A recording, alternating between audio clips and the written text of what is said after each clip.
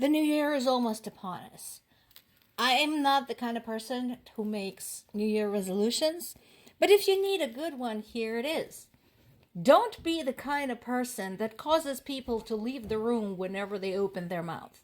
Case in point, Russia's Foreign Minister Sergei Lavrov. As he began his speech at the security meeting, no doubt to spew some more lies about why Russia is murdering Ukrainians, people basically just got up and left. And while it doesn't help that we currently have a complete doormat to Russia and other terrorist nations sitting in charge of the UN, it's nice to know that other countries are unafraid to show their support and indicate they're just not interested in listening to any of that bullshit. So there's been another missile strike against Ukraine, and there were civilian casualties, and one of them was a baby. The missile strike was focused against the Donetsk region, so it was delivered in 3 different points there, and the baby was rescued from the rubble of one of the buildings that was destroyed. And again, my question is, so was the baby a NATO agent in training? Is that what happened? Was the building yet another set of NATO headquarters? Is that why it was targeted? I'm being obviously very deeply sarcastic here. As I mentioned in one of the earlier reports this week, efforts are being made to combat cyber warfare. Russia is well known for using cyber attacks against pretty much everybody.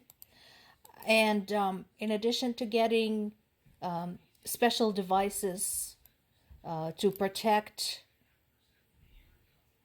the infrastructure, electronics, Ukraine is also using drones to target Russia's communications networks, basically their satellite dishes, their communication centers, etc., etc. This has been used with great success in Crimea, and so since the strategy worked, why not use it elsewhere? This is new. Ukraine is generally not known for tornadoes, but the deadly winter storm that has been raging there over the last few days apparently has tornadoes too. It's got everything. Snow, wind, rain, you name it, it got it. At this time, there's been quite a few casualties. I think 14 people died as the result of the storm. And for better or worse, it is definitely impacting Russia's operations. So I'm sure it's affecting Ukrainian operations as well.